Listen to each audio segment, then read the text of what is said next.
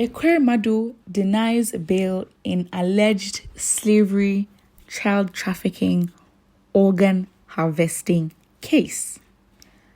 Former Deputy Senate President EKWEREMADU and his wife, Beatrice, as some will say, have been reportedly denied bail in alleged slavery, child trafficking, and organ harvesting case. Within Nigeria had earlier reported that the specialist crime team of the Metropolitan Police in London has detained a former Senate President, Dr. EKWEREMADU, and his wife, Beatrice.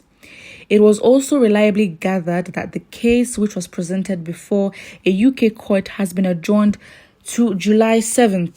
According to the report, the said child, whose identity was not disclosed, is reportedly with the Metropolitan Police, while the suspects are currently in custody, pending a few hours when they will be arraigned at the Uxbridge Magistrates Court.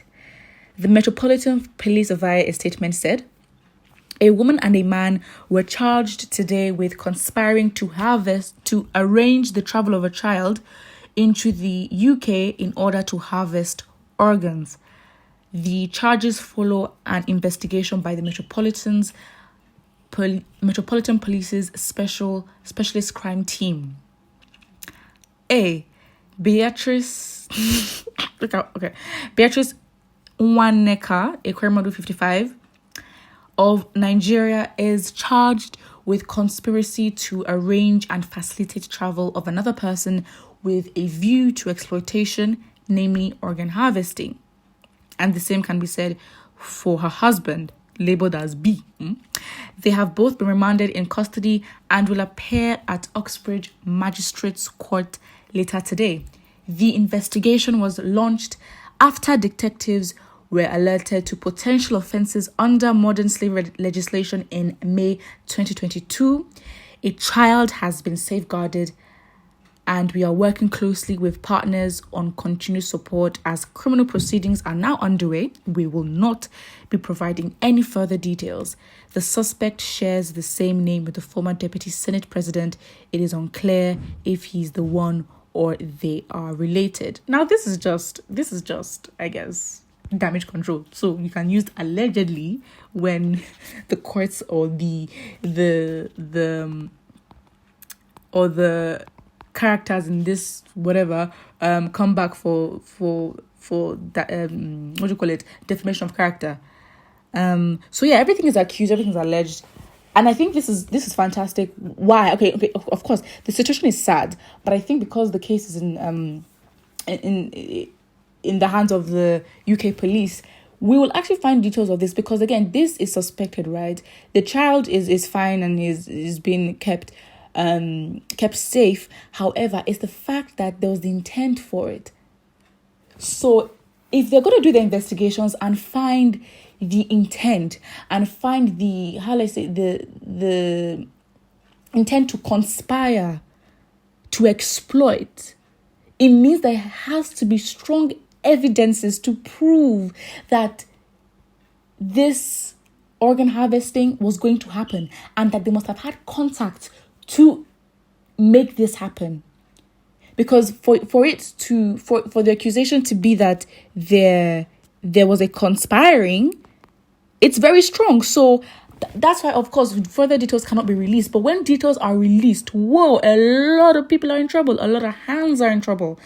But what is funny is that I heard that he also spoke against Peter Obi a few days ago, and now this is happening to him. Well, call it what you want, but you have to understand that there must be a divine higher power that would cause for this to happen. Again, just my own. Someone says, anyone trying to stop people from voting for Peter Obi should be careful. It seems Peter is God anointing.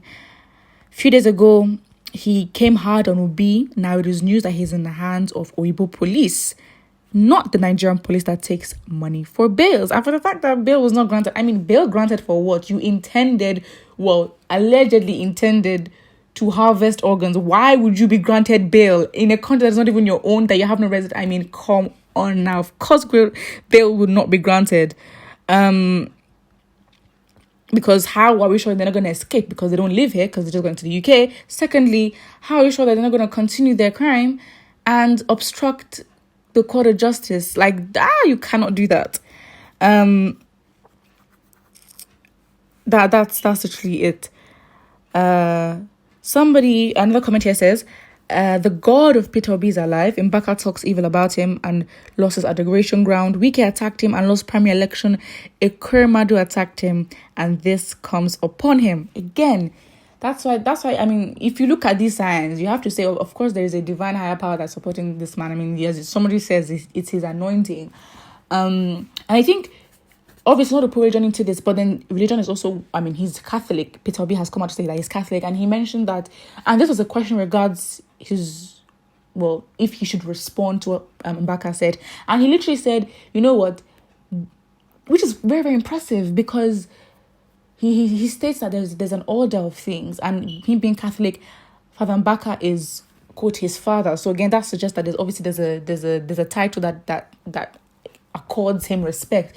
And he replies and says, I'm fine with the man, I'm not going to speak ill of him. And he just mentions that, he prays, and if anything's going to pray for me. Again, at the end of the day, it's a very tactical response. Whether it's true or not, we never really know. But it's a tactical response to show that he's not out here to fight whoever is fighting him, because he's not fighting. Like, things would take their natural course. And as this has happened, as this person has highlighted, whoever has come against him has literally fallen to the side, or something has happened to them days later. In fact, it's very quick, sharp. So, this is a wave. Like, I think we should not underestimate this. This is a wave. This is a movement.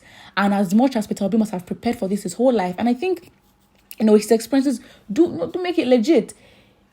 Nigerians have also waited for this moment, and I think Nigerians should also be proud of themselves, that the youth actually should be proud that this is making waves, that there's an undying support. I mean, at the end of the day, it's like he's the best option. I mean, given what we have in a situation where Nigerians are not really given the best options anyway, or in general when it comes to elections and who's in power. I mean, do they really have a choice? That is a whole argument for later. However, given for the fact that Nigerians or the youth are willing so much to support this man, it's crazy. And of course, there's a news where Obaseki came out to say that they need to curb this whole movement with Peter Obi because it is threatening, and the other parties, APC, PDP, would have to do something to outshine and attract supporters. So yeah, this all seems very much divine, in the sense that, okay, fine, that's just my personal belief, that Peter Obi's experiences have molded and shaped him for this position, and that Nigerians have prepared themselves. I mean, look at NSAS. NSAS, I guess, it was the last movement that really brought about a uniting energy about the country. And I think that is basically what will take us far as Nigerians if we're going to put our minds to do anything. And I think what is very much important is that as much as we have somebody that we want to have integrity and is of good character, one key factor that makes him the man for the job is that he has been in this space as Anambra governor and has gotten the job done in terms of improving the country's education, improving electricity, and also when it comes to financing pensions and workers and education and all that. However, because it real worries that when somebody that of character and integrity is placed in a political space, it's the influence, right? However, he's worked with a lot of these people before. These people that are not his supporters are even speaking against him. So he's also, a key thing is that as much as you're also in this space, he has proven with his character that he's not one to be shaken or get influenced by those around him, which is very, very key. You have to know your oppressor to know how to fight them. Put what you think in the comment section below. Don't forget to like and subscribe.